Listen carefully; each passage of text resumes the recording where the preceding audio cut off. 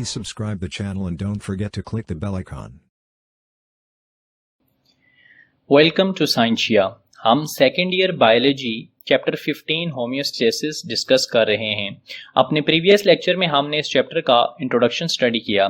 आज हम डिस्कस करेंगे टॉनिसिटी और ऑस्मोरेगुलेशन इन प्लांट्स। टॉनिसिटी को हम डिफाइन करते हैं, it is the relative concentration of solutes dissolve in solution which determine the direction and extent of osmosis. It means टॉनिसिटी के अंदर हम सॉल्यूशन के अंदर सॉल्यूट्स की कंसंट्रेशन को डिस्कस करते हैं और फिर हम देखते हैं कि अगर डिफरेंट सॉल्यूशंस को सेमी परमिएबल मेम्ब्रेन के थ्रू आपस में जोड़ दिया जाए तो उनके अंदर ऑस्मोसिस की डायरेक्शन और एक्सटेंट क्या होगी। Osmosis means movement of water जो होगी वो किस डायरेक्शन में होगी, किस सोल्यूशन से पानी बाहर निकलेगा और किस सोल्यूशन के पानी अंदर आएगा, और उसकी एक्सटेंट कितनी होगी, मींस कितना पानी बाहर जाएगा और कितना पानी मूव करके अंदर आ रहा है। This is what we call tonicity. हम जानते हैं कि सेल के अंदर जो सॉल्वेंट है, main solvent that is water, जो कि उसके सारे सॉल्यूट्स को अपने अंदर डिसॉल्व करता है। सेल का बाहर का एनवायरनमेंट एक्स्ट्रा सेल्यूलर एनवायरनमेंट कहलाता है, जो कि एवर चेंजिंग है, हर वक्त बदलता रहता है।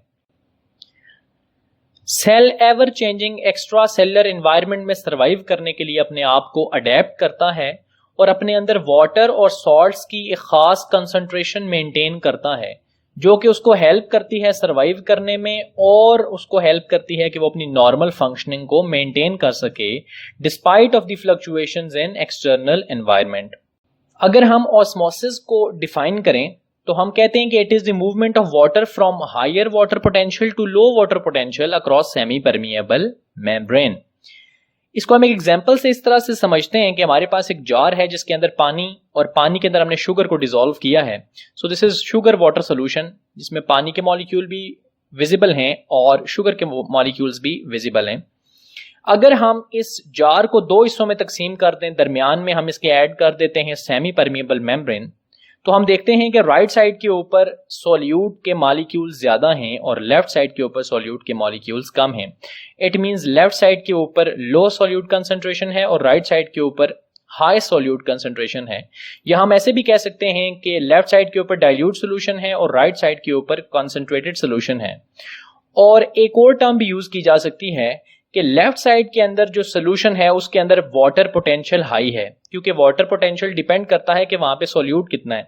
अगर सॉल्यूट कम होगा तो वाटर पोटेंशियल हाई होगा। सो यहाँ पे वाटर पोटेंशियल हाई है और यहाँ पे वाटर पोटेंशियल लो है, क्योंकि यहाँ पे सॉल्यूट के मॉलिक्यूल्स ज्यादा हैं। So by definition water move करेगा from high water potential to low water potential. तो यहाँ पे हम देखते हैं कि पानी लेफ्ट साइड से मूव करके राइट साइड की तरफ जाता है और ये सेमी परमिएबल मेम्ब्रेन को क्रॉस करता है। ये जो पानी की मूवमेंट है from higher water potential to lower water potential across semi permeable membrane, इसको ऑस्मोसिस कहते हैं। अब इसका नेट रिजल्ट क्या होगा, हम देखते हैं कि पानी मूव करके जाएगा उस तरफ जिस तरफ सॉल्यूट्स ज्यादा हैं, मींस वाटर पोटेंशियल लो है। So this movement is termed as osmosis और यही कॉन्सेप्ट हम सेल्स के ऊपर भी अप्लाई करेंगे वेरियस एनवायरनमेंट्स के अंदर। अगर हम टाइप्स ऑफ एनवायरनमेंट्स देखें जो कि सेल्स फेस करते हैं, तो ये बात एस्टैब्लिश्ड फैक्ट है कि एक्स्ट्रा सेलुलर एनवायरनमेंट हर वक्त चेंज हो रहा है, दैट इज फ्लक्चुएटिंग है। इसलिए सेल्स हमेशा variety of extra cellular environments को एनकाउंटर करते हैं और उनका सामना करते हैं। हम एक्स्ट्रा सेलुलर एनवायरनमेंट्स को डिवाइड करते हैं और उनको हम नेम करते हैं hypotonic environment, hypertonic environment and isotonic environment. इन तीनों एनवायरनमेंट्स को हम डिटेल में डिस्कस करेंगे। हम सबसे पहले हाइपोटोनिक एनवायरनमेंट डिस्कस करते हैं। हाइपोटोनिक एनवायरनमेंट एक ऐसा एनवायरनमेंट है कि जिसके अंदर सॉल्यूट की कंसंट्रेशन सेल की निस्बत कम है। इट मींस ये एनवायरनमेंट सेल की निस्बत डाइल्यूट है।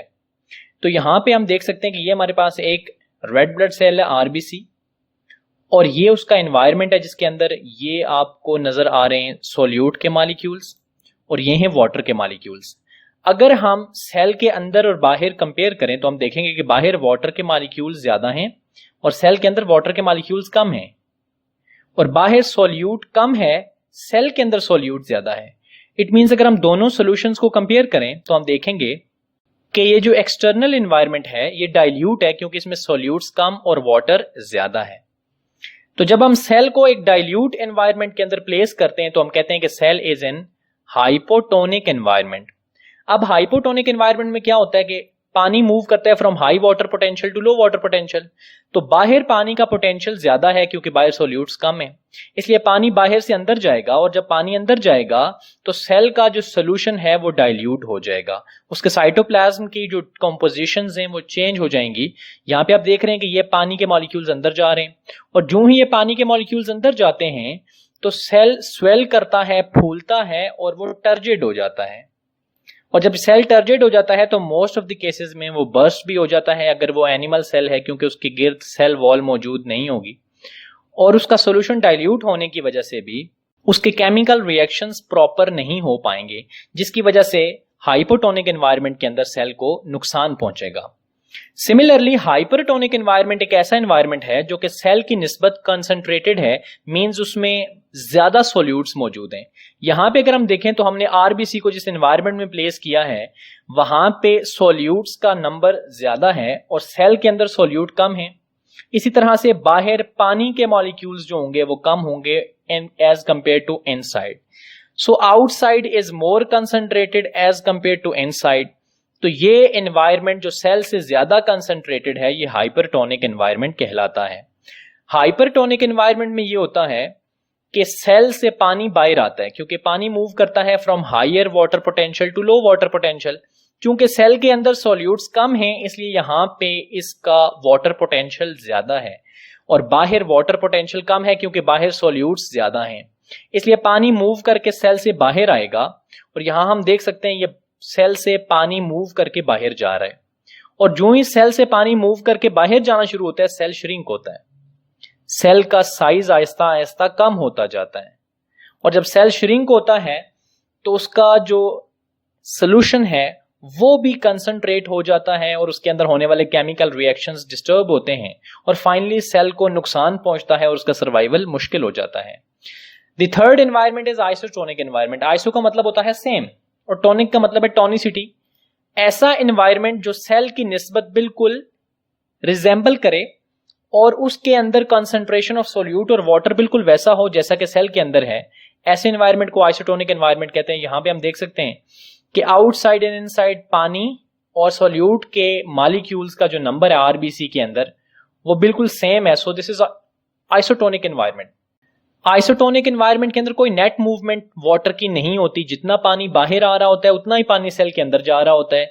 यहां पे हम देख सकते हैं कि पानी के मॉलिक्यूल बाहर भी आ रहे हैं और अंदर भी जा रहे हैं। So there is no net change. Cell की जो मॉर्फोलॉजी है उसका जो साइज है उसके ऊपर कोई फर्क नहीं पड़ रहा, ना वो स्वेल हो रहा है ना वो श्रिंक हो रहा है। इसका मतलब है सेल रिमेन्स अनअफेक्टेड और यहाँ पे सेल नॉर्मली फंक्शन करेगा, उसे किसी किस्म की रेगुलेशन की जरूरत नहीं है। तो अगर हम इसको समराइज करें तो हम कह सकते हैं हाइपोटोनिक एनवायरनमेंट में सेल फूल के बर्स्ट हो जाता है क्योंकि सेल के अंदर पानी आता है।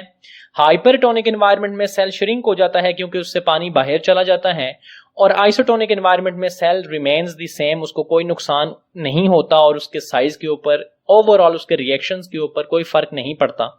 हम देख रहे हैं कि ये जो दो एनवायरनमेंट्स हैं आइडियली इनके अंदर लाइफ पॉसिबल नहीं है, लेकिन स्टिल हम देखते हैं कि फ्रेश वाटर के अंदर भी लाइफ मौजूद है जो कि हाइपोटोनिक एनवायरनमेंट है और समंदरों के अंदर भी लाइफ मौजूद है जो कि हाइपरटोनिक एनवायरनमेंट है। तो यहां पे तो ऐसे महसूस हो रहा है कि सेल वहां सर्वाइव नहीं कर सकता, तो फिर ये लाइफ कैसे वहां पे सर्वाइव कर रही है?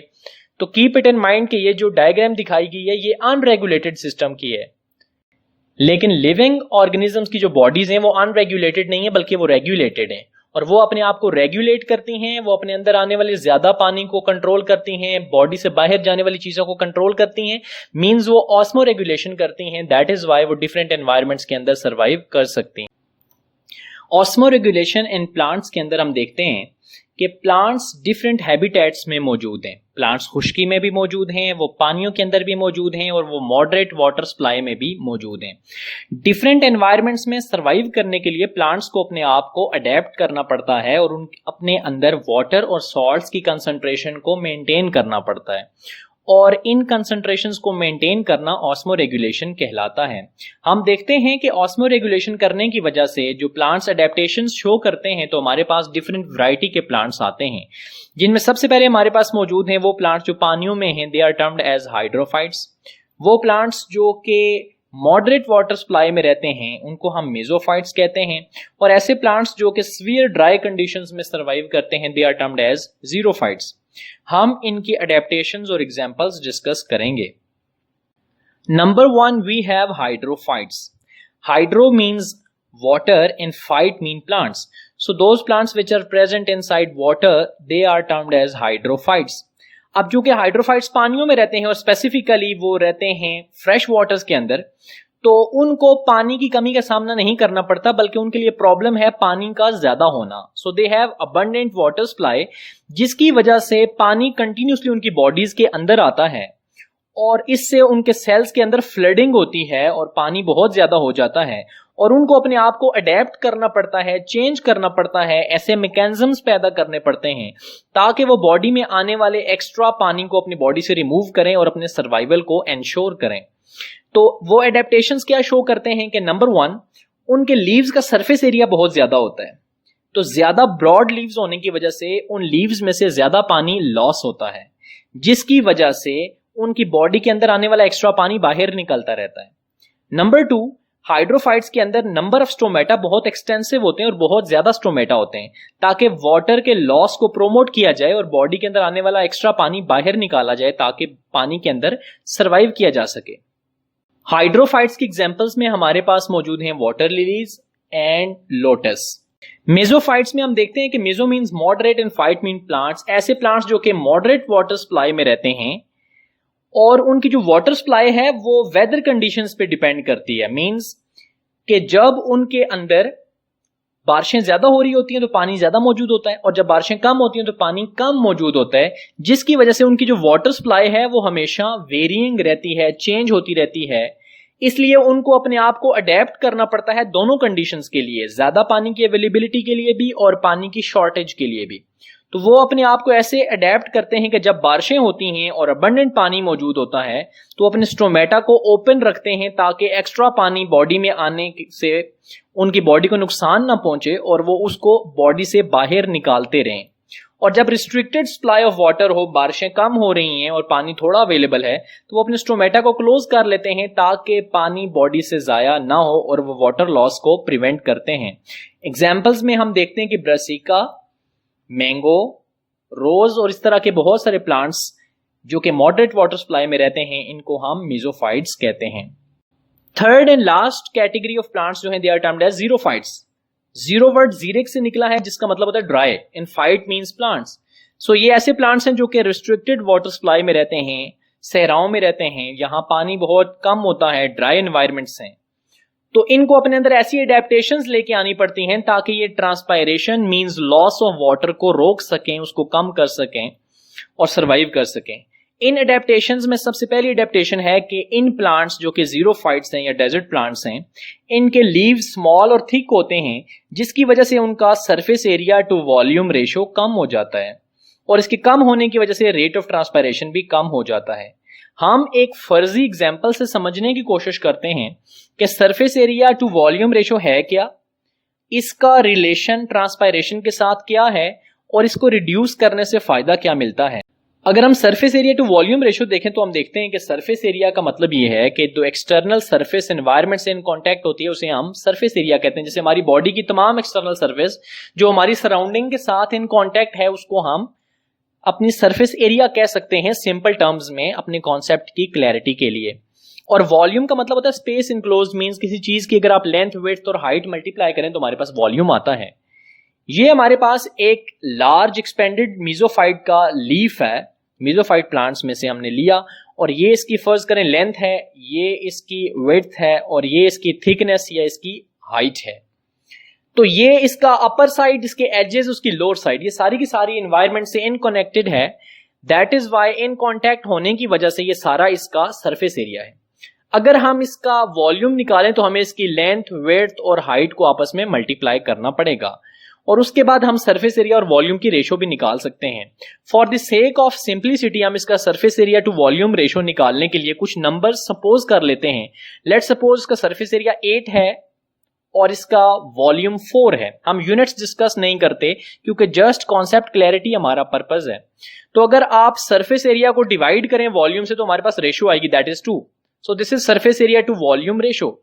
अब डेजर्ट प्लांट्स के अंदर क्या होता है कि उनके जो लीव्स हैं, यहां पे आप देख रहे हैं लीव स्मॉल हो गया, so it is small thick xerophyte leave. ये डेजर्ट प्लांट का लीफ है। इसमें अगर आप लेंथ देखें तो हम फर्ज करते हैं कि वो इस प्लांट जितनी है जो हमने पहले डिस्कस कर लिया। लेकिन अगर हम विड्थ देखेंगे इसकी तो विड्थ इसकी बहुत कम है, यानी कि ये इतना वाइड नहीं है, इतना फैला हुआ नहीं है, इतना एक्सपेंडेड नहीं है। अगर हम इसकी थिकनेस देखें तो ये काफी ज्यादा है इसकी निस्बत। तो हम ये कंपेयर करते हैं कि लेंथ दोनों की बराबर है, विड्थ में हमारा मीजोफाइट का लीफ ज्यादा है और थिकनेस में हमारा जीरोफाइट का लीफ ज्यादा है। तो इस लीफ से इस लीफ में आते हुए वॉल्यूम चेंज नहीं हुआ। वॉल्यूम क्यों नहीं चेंज हुआ? इसलिए नहीं चेंज हुआ कि यहां विड्थ तो कम हुई है, लेकिन विड्थ के कम होने को कवर कर लिया है थिकनेस के बढ़ने ने। हाइट बढ़ गई है जिसने विड्थ के कम होने को कवर कर लिया, और जब हम लेंथ, विड्थ और हाइट को मल्टीप्लाई करेंगे तो अगेन हमारे पास इसका वॉल्यूम भी 4 आएगा। और ये हम सपोज करते हैं कि इन दोनों का वॉल्यूम सेम है, that is what we called 4। Volume change नहीं हुआ। लेकिन अगर हम सरफेस एरिया देखें तो चूंकि यहां पे विड्थ कम हो गई है, इसलिए ये पत्ता इतना फैला हुआ नहीं है और एनवायरमेंट से इसका ज्यादा कांटेक्ट नहीं है, तो इसका सरफेस एरिया कम होके आ गया 4। सो सरफेस एरिया 8 से 4 पे आ गया, लेकिन वॉल्यूम सेम है, दैट इज 4। तो अगर हम इसकी surface area to volume ratio count करें तो वो आएगी 1। तो हमने ये देखा कि जितना ज्यादा एक्सपेंडेड लीफ होगा उसका सरफेस एरिया उतना ज्यादा होगा, और जितना वो लेस एक्सपेंड होता जाएगा, स्मॉल और थिक होता जाएगा, तो उसका सरफेस एरिया कम होता जाएगा। सरफेस एरिया कम होने की वजह से surface area to volume ratio भी कम हो जाएगी। यहां पे surface area to volume ratio 2 है और यहां पे surface area to volume ratio 1 है। अब surface area to volume ratio directly proportional है ट्रांसपायरेशन के। Surface area to volume ratio जितना ज्यादा होगा ट्रांसपायरेशन उतनी ज्यादा होगी। इट मींस मीजोफाइट्स में ट्रांसपायरेशन ज्यादा होती है क्योंकि इनकी surface area to volume ratio ज्यादा है, और जीरोफाइट्स के अंदर surface area to volume ratio कम होने की वजह से ट्रांसपायरेशन भी कम होती है। इस तरह से हम कहते हैं कि xerophytes small and thick leaves होने की वजह से कम कर लेते हैं अपना surface area to volume ratio, जिसकी वजह से इनकी रेट ऑफ ट्रांसपायरेशन रिड्यूस हो जाती है। नंबर 2, इन लीव्स के ऊपर थिक वैक्सी और लेदरी क्यूटिकल है, और क्यूटिकल को हम जानते हैं कि ये वो वैक्सी कवरिंग होती है जो लीव्स को ऊपर से कवर करती है ताकि पानी के जाया होने को रोका जा सके। थिक और वैक्सी और लेदरी क्यूटिकल होने की वजह से रेट ऑफ ट्रांसपायरेशन इनके अंदर कम हो जाता है, पानी का लॉस कम होता है। इनके स्टोमेटा पत्तों की नीचे वाली साइड के ऊपर होते हैं और वो छोटे छोटे सुराखों के अंदर होते हैं जिनको हम डिप्रेशन कहते हैं। डिप्रेशंस में होने की वजह से सन उनके ऊपर डायरेक्टली इफेक्ट नहीं करता और उनमें से पानी का ज़या यानी कि लॉस ऑफ वाटर भी कम से कम होता है। देन हम देखते हैं कि कुछ ऐसे जीरोफाइट्स भी हैं जो कि ड्राई सीजन के अंदर अपने लीव्स शेड कर देते हैं, अपने लीव्स गिरा देते हैं ताकि ट्रांसपायरेशन को रोका जा सके, ताकि पानी जाया ना किया जा सके, क्योंकि ऑलरेडी उनके अंदर वाटर शॉर्टेज है। तो ऐसी कंडीशन में उनकी जो स्टेम्स होती हैं वो फोटोसिंथेटिक होती हैं और वो फोटोसिंथेसिस अपनी स्टेम से करते हैं। जीरोफाइट्स पानी को स्टोर करते हैं रेनी सीजन्स में। उनके अंदर सकुलेंट ऑर्गन्स होते हैं जैसे कि लीव्स और स्टेम्स। सकुलेंट ऑर्गन्स वो होते हैं जो कि पानी को स्टोर करने के लिए इस्तेमाल होते हैं और ये फूल जाते हैं, स्वेल कर जाते हैं, ये जूसी हो जाते हैं, इनको हम सकुलेंट ऑर्गन्स कहते हैं। सकुलेंट एक लैटिन वर्ड से डिराइव हुआ जिसका मतलब है जूस या sap. So desert plants have succulent organs ताकि वो रेनी सीजन में ज्यादा से ज्यादा पानी अपने अंदर स्टोर कर सकें, ताकि वो ड्राई एनवायरनमेंट के इफेक्ट से अपने आप को बचा सकें। इनकी एग्जांपल्स में हमारे पास कैक्टस मौजूद है और ये सारी वो एडेप्टेशंस हैं जिनकी वजह से जीरोफाइट्स डेजर्ट एनवायरनमेंट्स के अंदर सरवाइव कर सकते हैं।